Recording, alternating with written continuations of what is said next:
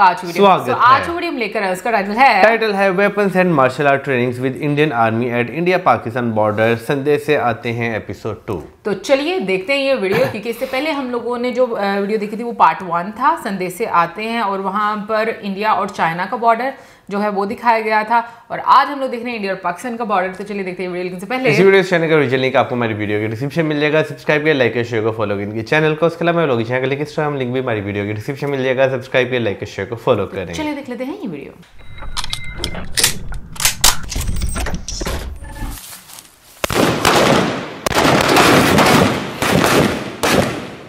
ये असली गोलियां चला रहे हैं। असली गोलियां 1 2 3 4 5 मशीन गन आई गेस दबी नहीं रहा। ये खुद ही होता है क्या? नहीं होगा फायरिंग Oh my God! है ना। अच्छा, मतलब 6 बार वो करो तो फिर होता है? नहीं वो कुछ होगा, मुझे नहीं आइडिया उसका। इंडियन आर्मी जो है वो आपको चूज करती है, ये ऐसा प्रोफेशन नहीं है जो आप चूज करते हो। आपको कभी डर लगता है? पहली बात तो हम इंडियन आर्मी हैं, हम डरते नहीं हैं। भारत हमको जान से प्यारा है, पर अपने घर बैठकर शाम को दोस्तों से मिलकर परिवार के साथ डिनर कर चलते फिरते ये बात कहना बहुत आसान है, पर कुछ लोग हैं जो अपनी आम जिंदगी त्याग कर 24 घंटे बॉर्डर पर डटे रहते हैं। चाहे उनके घर से जितने संदेशे आए, चाहे जितनी बार उनका परिवार उनसे पूछे कि घर कब आओगे, भारत से बढ़कर उनके लिए कुछ भी नहीं।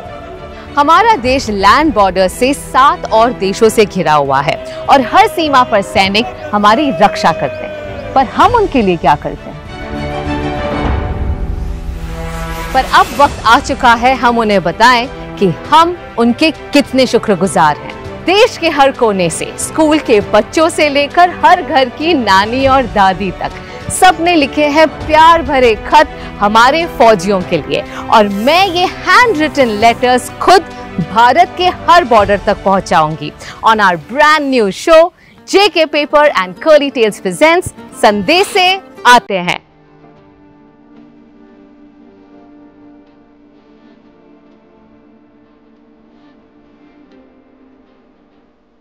नन्हे नन्हे हाथों से पैगाम हजारों आते हैं।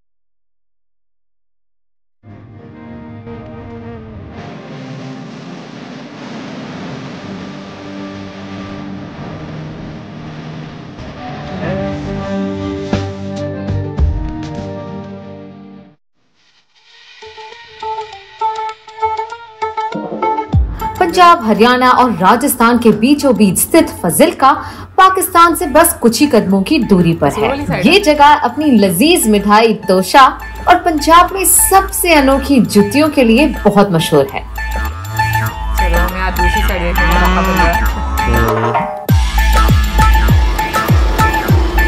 Well, let's just say India begins from Fazilka because ये पाकिस्तान के सबसे नजदीकी बॉर्डर है। मेरे बिल्कुल 500 मीटर की दूरी पर मैं फेंसिंग देख सकती हूँ, और सरहद के उस पार है पाकिस्तान। बॉर्डर के इतना नज़दीक रहने के बावजूद यहाँ के लोग डरते नहीं, बल्कि बहुत गर्व महसूस करते हैं कि हमारे जवान हमेशा उनकी रक्षा करते हैं।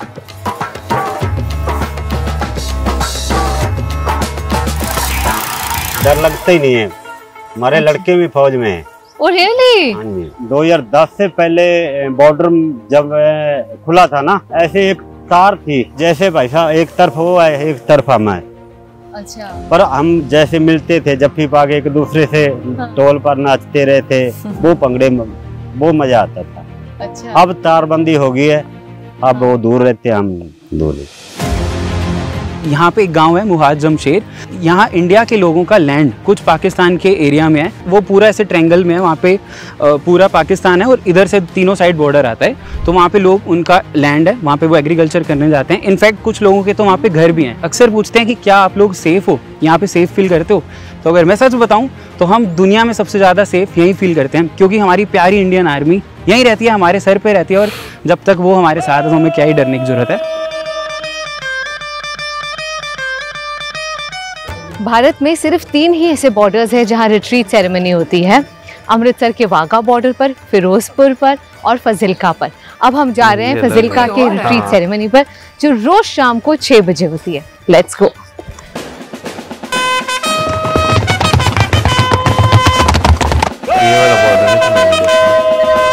कहा था ना, यहाँ की हवा में आपको देशभक्ति महसूस होगी। इंडिया लिखा हुआ है वहाँ।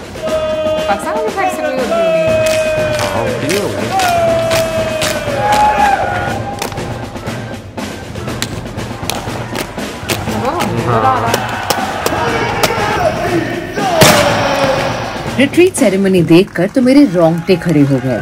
यहाँ सिर्फ 2 गेट्स हैं जो 2 देशों को अलग करता है। दोनों तरफ की फौजी एक दूसरे को चिढ़ाते हुए ये बयान करते हैं कि हमसे पंगा ना लेना। It's a fun banter between the 2 countries and totally worth watching.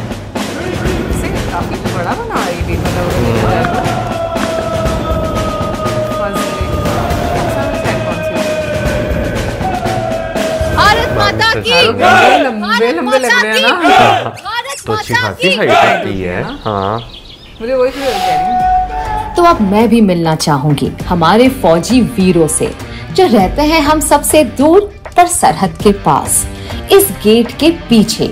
पर मैं यहाँ अकेले नहीं जा रही हूँ, आप सबके संदेशे साथ लेकर जा रही हूँ, जो जेके पेपर और कर्ली टेल्स ने देश भर से इकट्ठा किए हैं। तो चलिए अंदर, वीर जवान हमारा इंतजार कर रहे हैं।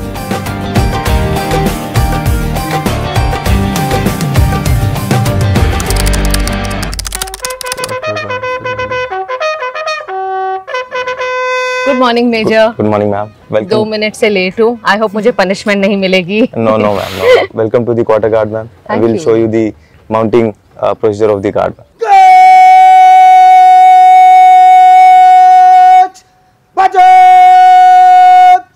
मुझे आज तक समझ नहीं आई क्या कहते हैं। श्रीमान गार्ड को विसर्जन करने के अनुमति तथा विसर्जन करो।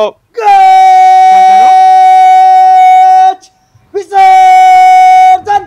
सैनिकों का जोश, जज्बा, हिम्मत और हौसला मानो जैसे कंटेजियस है। कैंट में आते ही और यहाँ हर जगह लगे इंस्पिरेशनल कोट पढ़कर ऐसा लगा जैसे अब मैं भी जंग के लिए तैयार हूँ। पर ये इतना आसान नहीं। यहाँ मैंने आकर देखा कि हर वक्त फौजियों की मुश्किल से मुश्किल ड्रिल और ट्रेनिंग होती है। एक फौजी अपना हथियार कभी नहीं छोड़ता, पर उस हथियार को ठीक से इस्तेमाल करने आना बहुत ज़रूरी है। तो अब मैं आई हूँ ट्रेनिंग सेंटर में ये जानने के लिए कि आज कौन से वेपन की ट्रेनिंग हो रही है। Let's go and meet the instructor. तो यहाँ रोज़ अलग हथियारों की ट्रेनिंग होती है? जी मैम, यहाँ पे हम डेली, हमारे पास में जो कंपनी सपोर्ट वेपन में 2 तरह के वेपन है। एक 30 mm ऑटोमेटिक ग्रेनेड सिस्टम 30, दूसरा 7.62 mm medium machine gun. Okay. तो यहाँ पे हम सिर्फ इन 2 की स्पेशलाइज्ड ट्रेनिंग चलाते हैं। आई थिंक ऐसे ही वो चेक करना होता है।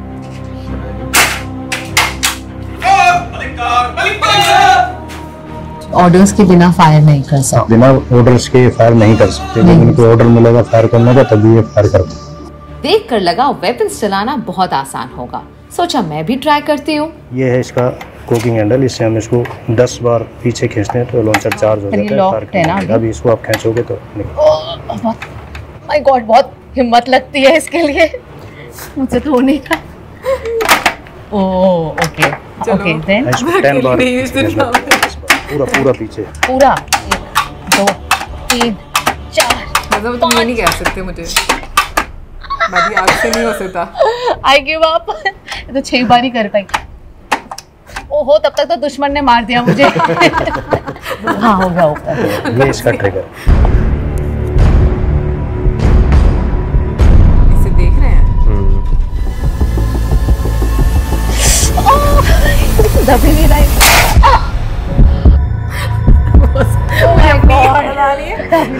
ताकत नहीं है बिल्कुल भी। ये दिखता इतना आसान है, but this is so difficult. अभी हम आपको बैटल ऑब्स्टिकल एरिया में लेके चलते हैं। हमारा ये बैलेंस वार है जिसमें एक जवान को टोटल ही अपने जो पैर फिट का है उसी के मुताबिक अपने स्टेप को लेके चलना होता है कि जिससे वो अपने बैलेंस को रखते हुए इस चीज़ को क्रॉस करके इस टाइप के ऑब्स्टिकल को क्रॉस कर सके।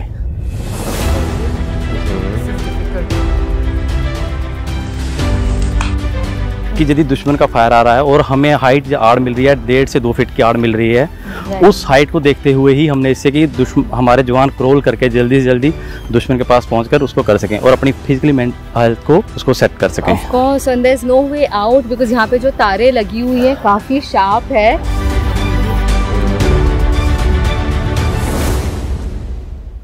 क्या उम्र है आपकी, if I may ask? I am 23 years old. 23? Yes, ma'am. आपको कभी ऐसा नहीं लगता कि आपकी जान खतरे में रहकर आप फौज में भर्ती हुए हैं? नहीं मैम, ये इंडिया का मेरे हिसाब से सबसे बेस्ट प्रोफेशन है। इंडियन आर्मी जो है वो आपको चूज़ करती है, ये ऐसा प्रोफेशन नहीं है जो आप चूज़ करते हो।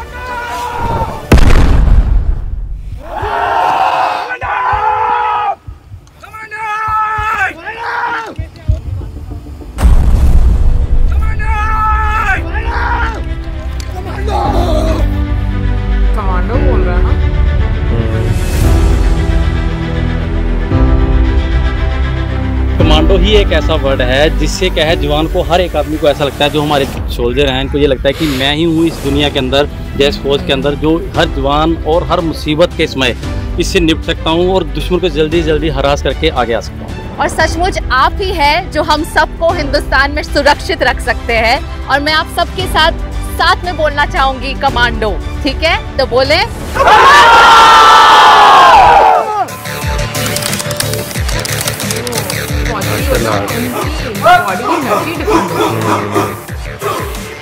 ट्रेन इस तरह किया जाता है ना, डिफरेंट इसमें मार्शल आर्ट तो लिखा हुआ है। वही तो कहते हैं, डिफरेंट इसमें भी क्षेत्र होते हैं ना ट्रेन करने के लिए।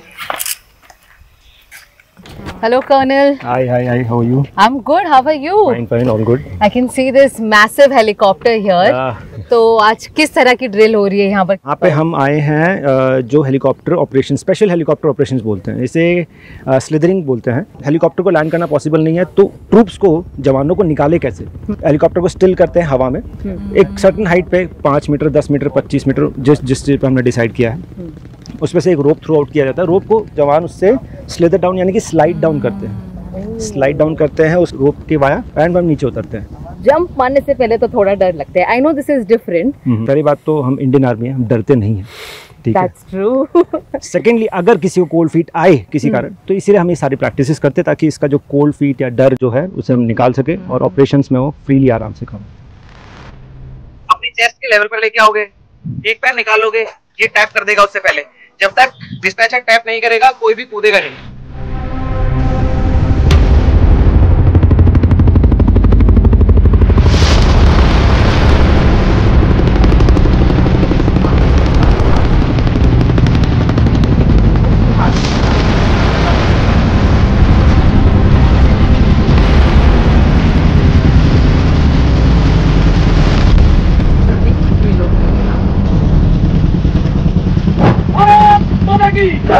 भारत माता की जय, भारत माता की जय।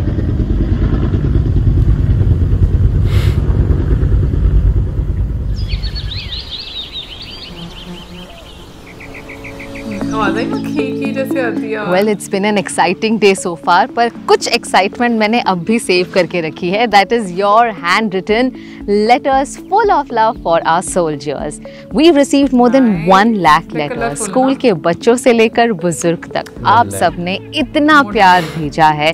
I mean, it's so endearing. I will save the surprise for them for a bit later, but now I'm going to indulge in an evening full of games with the Jawans. Let's go. अब मेरा भी मन कर रहा है कि मैं इस टग ऑफ वॉर में पार्टिसिपेट करूं. वैसे this looks like the winning team, तो शायद मैं वहीं जाती हूँ. Guys, can I join you all? Sure? हारना मत प्लीज, मैं गिरना नहीं चाहती। रेडी?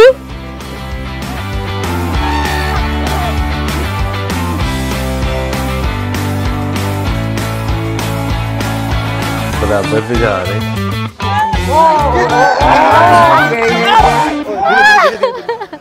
सही अनुमान लगाया था। मुझ में भी दम है, मैं भी हो सकती हूँ भर्ती। I can see one really big board that says एक गोली एक दुश्मन। मैडम ये हमारा स्मॉल आर्म फायरिंग रेंज है। यदि हमें लड़ाई में जाने का मौका मिलता है तो हमारा मेन टारगेट होता है कि एक गोली में एक दुश्मन किल, ताकि हमारे अम्यूनिशन की बचत हो सके और जवान को मुद्दा हासिल हो सके।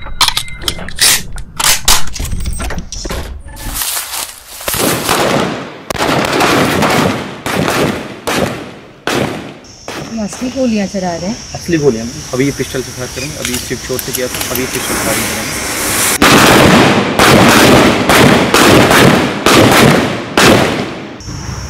अच्छा तो ये निकल के उसी टाइम पर गिर जाती है, पर आगे का एक हिस्सा जो नीचे गिरी है क्या है इसमें प्रोपेलेंट इस पे फायरिंग पिन होती है, वो चोट मारती है, चोट लगती है। अच्छा बारूद में आग लगती है, गैस बनती है, गैस बुलेट को आगे बैरल में फेंक देती है, तो बैरल उसको रोलिंग करवा के वो टारगेट कर लेगा और ये 500 मीटर तक आदमी को हिट कर देगी। 500 मीटर 500 मीटर आधा किलोमीटर बस टारगेट से।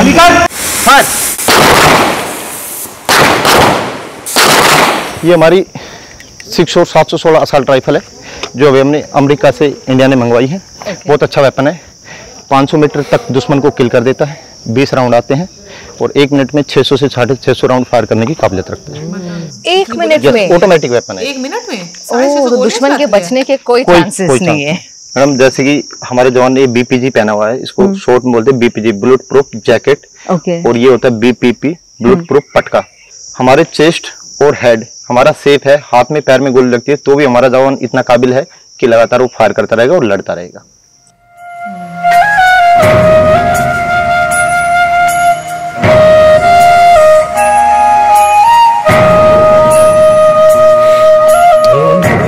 What an eventful day this has been, and time now for the surprise. And there couldn't have been a better occasion than बड़ा खाना। बड़ा खाना वो ओकेजन है जहाँ सारे सोल्जर्स मिलकर सेलिब्रेट करते हैं, कल्चरल परफॉर्मेंसेस करते हैं। इनके यहाँ पर फेवरेट डिशेस और ड्रिंक सर्व किए जाते हैं जो उनकी रेगुलर रूटीन में नहीं होता है। और आज मैं ये मौका बिल्कुल नहीं छोड़ना चाहूंगी to bond with them, celebrate with them, know them better and of course उन तक संदेशे भी तो पहुंचाने हैं। So let's jump on to our special segment संदेशे आते हैं।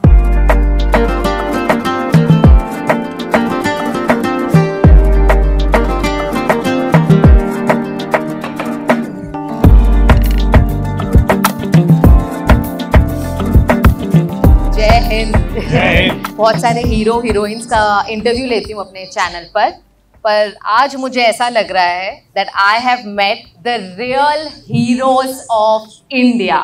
तो पूरे हिंदुस्तान की तरफ से आप सबको तहे दिल से शुक्रिया कि आपकी वजह से हम सब इतने सुरक्षित हैं। अब हम रह रहे हैं वीडियो कॉल के ज़माने में, पर आपको याद है कि आपने कभी लेटर रिसीव किया था या किसी को भेजा था? मैं ग्लेशियर में था 2005 में तो मैंने अपनी वाइफ को लिखा था, तो उसने मेरे को ज़्यादा नहीं, बस अपना जो दिल का हाल था वही बताया था। कितने साल पुरानी बात है ये मैम? कम से कम 21 साल पर। 21 साल पहले। आप कितने सालों से सर्व कर रहे हैं? कि 21.5 हो गया बस। मेरी एंगेजमेंट हो रखी थी।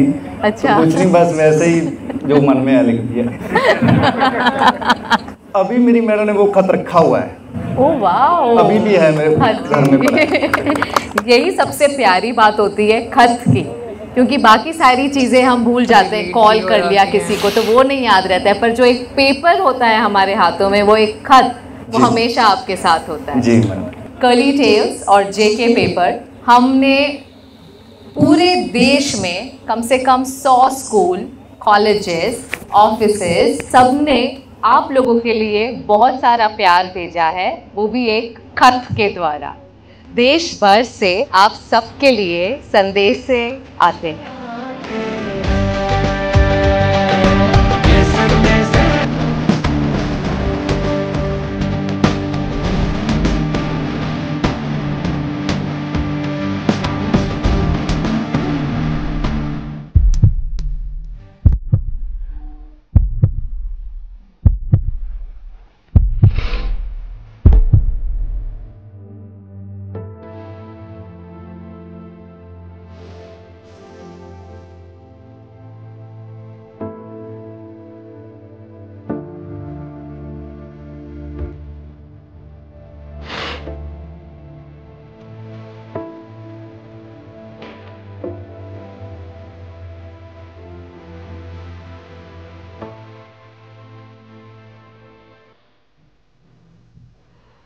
अपने घर से दूर कहीं, अपने घर से दूर कहीं, जाने कितनी रातों से सोया नहीं, जाने कितनों रातों से सोया नहीं, जाने कितनी गोलियां खाई है जवान, फिर भी तू रोया नहीं, जवान फिर भी तू रोया नहीं। Yes, ma'am. It is letter from Srishti Chaudhary from Swami Vivekananda Saraswati Vidya Mandir. Thank you for protecting us and our country because you are the only reason we are alive. We can sleep peacefully because of you. Thank you for standing on border and protecting us. Letter नहीं है ma'am, ये प्यार है। लाजपत नगर, साहिबाबाद, गाजियाबाद, उत्तर प्रदेश तो ये letter लिख के उन्होंने भेजा सानू। तो साक्षी जी जो 8th क्लास के स्टूडेंट हैं, आपका बहुत बहुत धन्यवाद। थैंक यू सो मच कि तुसी इन्ना प्यारा लेटर सानू सेंड किया। Thank you. आप बॉर्डर पर रहते हैं, हमें मौका नहीं मिलता आपकी ज़िंदगी के बारे में जानने का। आज मुझे मौका मिला है, सचमुच पूरा दिन मैंने जब स्पेंड किया तब ये जाना कि कितना मुश्किल होता है यहाँ का वेदर। हम फजिल्का में हैं जहाँ गर्मी में बहुत गर्मी, हम सबके पसीने छूट रहे हैं, और जब ठंड होती है तब बहुत ठंड होती है। बट मैम ये लेटर पढ़ के हमारी ठंड गर्मी सब दूर हो गई है। मतलब I feel proud of this because इतना प्यार मिलता है हमको, हमसे सब लोगों से इतना प्यार मिलता है, तो हमको सब चीज़ भूल जाते हैं। हम प्रॉब्लम्स और जो भी हमें, हम सब चीज़ करते हैं, कंट्री के लिए जीते हैं, सब कुछ करना है। पता क्या मैडम, ये डेंजरस डॉटर है मेरी, देख लो मैम। वो फोन करती रहती है मेरे को, पापा कब घर आओगे? हाँ बेटा, ये वाइफ का है। हाँ जी, अभी आ रहा हूँ, थोड़ा बिजी हूँ। ठीक है, ओके। वाइफ का फोन आ गया, बात करते करते ये पूछ रहे हैं कि घर कब आओगे। आप दिलजीत दोसांझ के गाने सुनते हैं? उनको सुनता हूँ। आप मेरे को पता, आज मैं देखा आपको दिलजीत से मिल के आया। हाँ जी। चलो मैं आपको फौजी का सॉन्ग सुनाता। ना फौजी नाल प्यार नहीं निभदा, आखे दुनिया सारी ही वे, मैनू माफ करी तेनू दिल नहीं देना, पवा फिर दी रवा कवारी वे। ओ केड़े हौसले में देवा तेनू दिल वे, जांदे साल विच 2 वारी मिल वे, पता नहीं की फौज वे पिआउंदी कोल डुबड़ी वे, पता नहीं की फौज वे पिआउंदी कोल डुबड़ी वे, छड़ जांदे घर दा ख्याल चंदरे, बैठ जांदे हदों ते पता नहीं की रखिया है, छड़ जांदे फुल्लां जेही नार चंदरे, बैठ जांदे हदों ते पता नहीं की रखिया है, छड़ जांदे फुल्लां जेही नार चंदरे। एक मेरे वे गवांड विच रहिंदी आवे फौजी ना प्यार जिसदा, नित डाकिए तो पुछदी विचारी ही वे आया कोई खत उसदा, सोचदी आ मेरे नाल इंज ना वे होवे, सोचदी आ मेरे नाल इंज ना वे होवे, छड़ जांदे घर दा ख्याल चंदरे, बैठ जांदे हदां उत्ते पता नहीं की रखिया है, छड़ जांदे फुल्लां जेही नार चंदरे, बैठ जांदे हदां उत्ते पता नहीं की रखिया है, छड़ जांदे फुल्लां जेही नार चंदरे। क्या बात है। इन्होंने यही कहा ना कि फौजियों से प्यार नहीं करना चाहिए। नहीं करना चाहिए मैम, हम कहाँ जाएंगे। बहुत बढ़िया गाते हैं। Thank you. हमें अच्छा लगा कि आप अपना कीमती वक्त हमारे लिए निकाल के आए, और उन बच्चों का तहे दिलों से धन्यवाद जिन्होंने हमारे लिए समय निकाला और इतने अच्छे लेटर लिखे। 4 लाइनें मैं गा नहीं सकता, लेकिन मैं थोड़ा शायरी अंदाज में 4 लाइनें इस बच्चे के लिए स्पेशली। माना कि मैं शायर हूँ पर मैं इसके लायक नहीं, मेरी शायरी एक तरफ और तेरा ये खत एक तरफ। Thank you.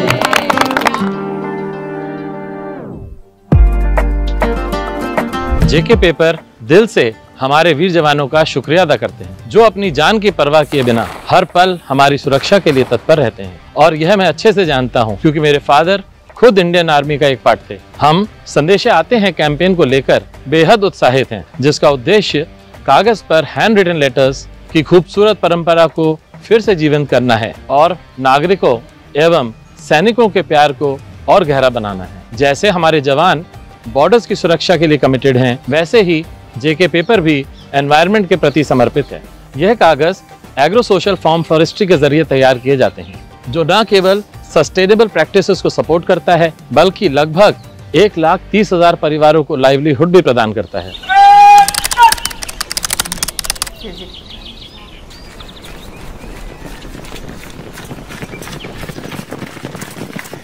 खामोशी कितनी होती है ना।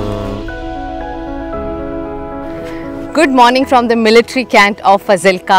आई हैव टू से यहाँ की दुनिया बाहर की दुनिया से बहुत अलग है। किसी भी चीज़ की कोई कमी नहीं है, yet it just feels so different than the world outside. और सबसे अच्छी बात मुझे ये लगी कि यहाँ पर हर चौराहे पे आप ये मोटिवेशनल कोट्स देखेंगे that actually give you a great life lesson that's not just restricted to the फौजी life but to us civilians as well. अब मैं जा रही हूँ असफ वाला वॉर मेमोरियल की ओर। शायद ये भारत का पहला ही ऐसा वॉर मेमोरियल है जो गवर्नमेंट ने नहीं बल्कि यहाँ के रहने वाले लोकल्स ने बनाया है। उन 200 से ज्यादा जवानों को सम्मान देने के लिए जो 1971 के वॉर में शहीद हुए थे। ये कहानी मुझे यहीं के रहने वाले बच्चों ने बताई। उनको याद ताज़ा रखने के लिए यहाँ पर 71 फुट एक विक्ट्री टावर बनाया गया।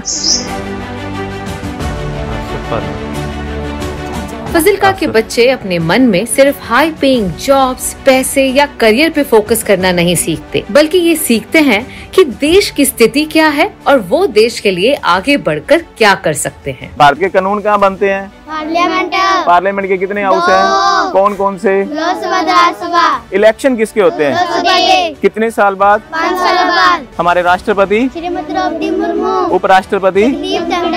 भारत के प्रधानमंत्री? नरेंद्र मोदी। भारत के रक्षा मंत्री? राजनाथ सिंह। अब बड़े होकर क्या बनना चाहोगे? Indian army. शहरों में तो हम सब काल्पनिक कहानियां सुनकर बड़े हुए हैं, पर फजिल्का में रियल लाइफ हमारे फौजी वीरों की कहानियां सुनकर बच्चे बड़े होते हैं।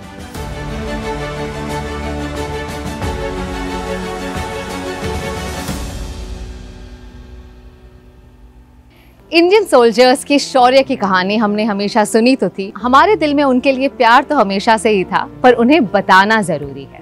तो चलिए उनके लिए प्यार भरे संदेशे लिखते हैं ताकि हम उन्हें बता सके कि हम उन पर कितना नाज करते हैं।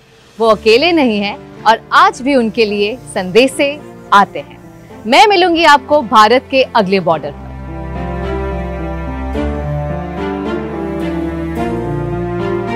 इससे पहले जो है हमने संदेशे आते जो है वो देखी थी हमने इंडिया चाइना बॉर्डर पे। आज हम संदेशे आते हैं एपिसोड जो है जो 2 देख रहे थे वो पाकिस्तान इंडिया बॉर्डर पे था।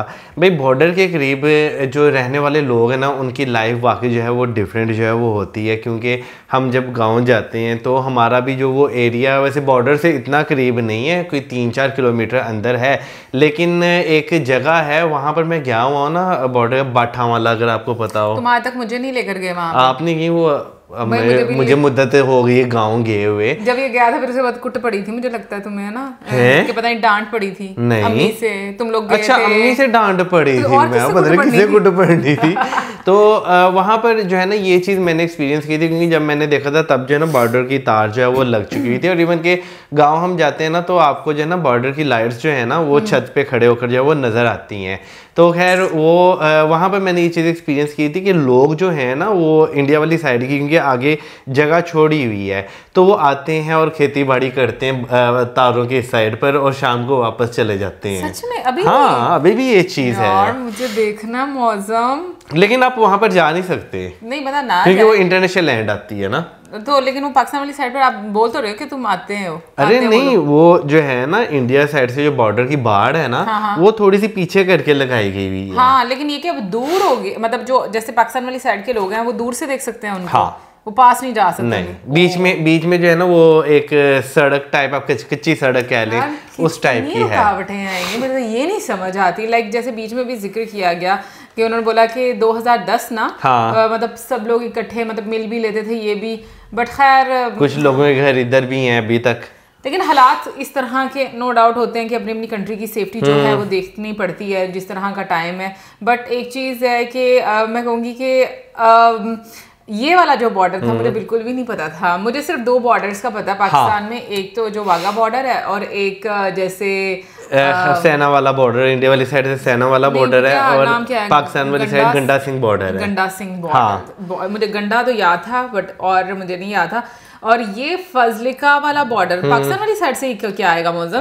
पाकिस्तान में सुलेमान की बॉर्डर शायद हो, क्योंकि बिल्कुल सुलेमान की जो है वो बिल्कुल पास है। सियालकोट वाली साइड पर भी तो एक बॉर्डर है ना, पर वहाँ पे वो परेड नहीं होती। ये लेकिन बॉर्डर तो है ना। हाँ बिल्कुल, वहाँ पे भी सियालकोट के पास 0 पॉइंट के नाम से भी है बॉर्डर, बिल्कुल है। अक्सर वहाँ के क्लिप्स भी जो है मैंने देखे हुए। लेकिन इसके पास जो करीब तरीन जो है वो अगर बड़े शहर की बात है तो पाकपतन आता है। अच्छा, या दीपालपुर आता है। एक चीज मैं ये बात बोलूंगी कि मतलब आज की वीडियो देखकर मुझे ये चीज पता चली, मुझे पहले नहीं पता था। मुझे ऐसा लगता था कि जब आप मतलब आर्मी में जाते हो ना तो एक फौजी को ना हर तरह की ट्रेनिंग जो है वो दी जाती है।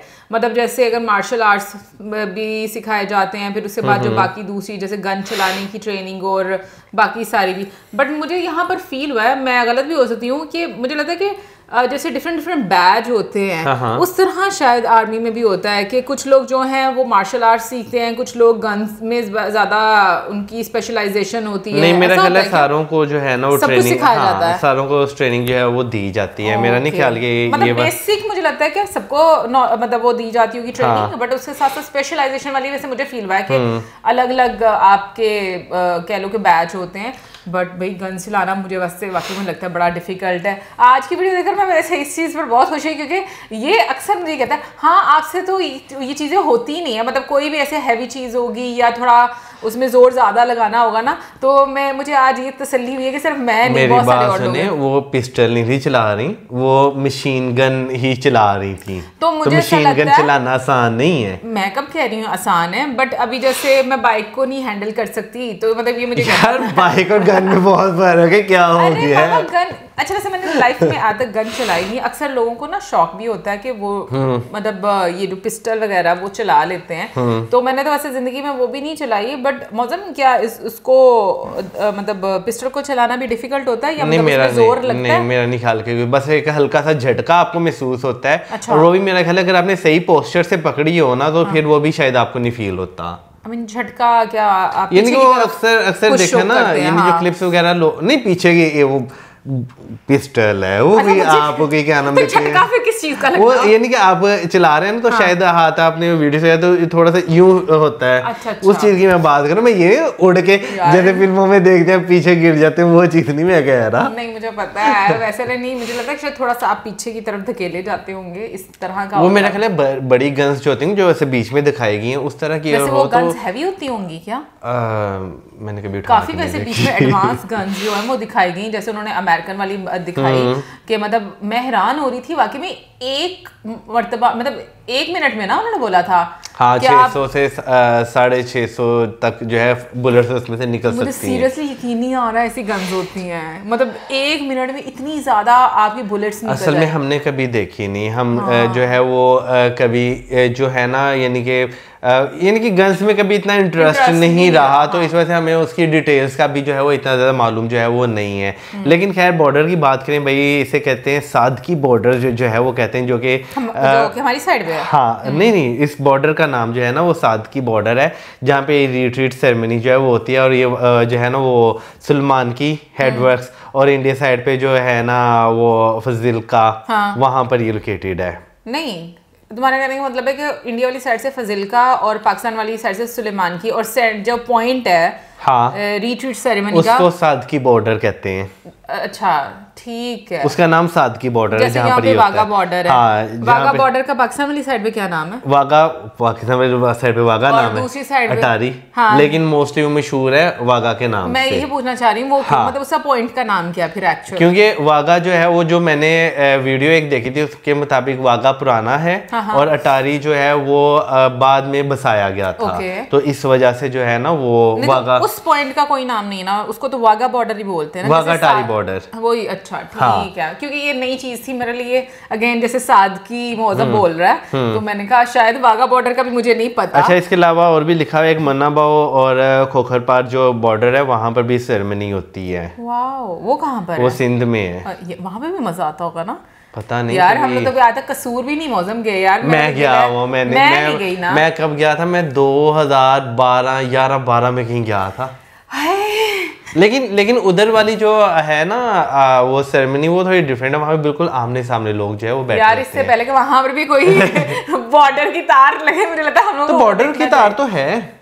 अच्छा मतलब वो आमने सामने लोग बैठते हैं उसके अंदर तार है? बिल्कुल सामने गेट तो लगा हुआ है ना, बस गेट ही लगा हुआ है, तार तो ना कोई। हाँ तारें जैसे लाहौर नजर आती हैं। हाँ बिल्कुल लाहौर का जो आपको ज्यादा दूर है, वो ज्यादा दूर है बिल्कुल। तो वही तो कह रही हूँ कि वहाँ पर एटलीस्ट लोग जो पास तो देख सकते हैं। एनीवे गाइस, ये थी हमारी आज वीडियो। आई होप आपको अच्छी लगी होगी। आप क्या इस बारे में जरूर बताइए कमेंट सेक्शन में। ज्यादा में ज्यादा like subscribe share. Good bye.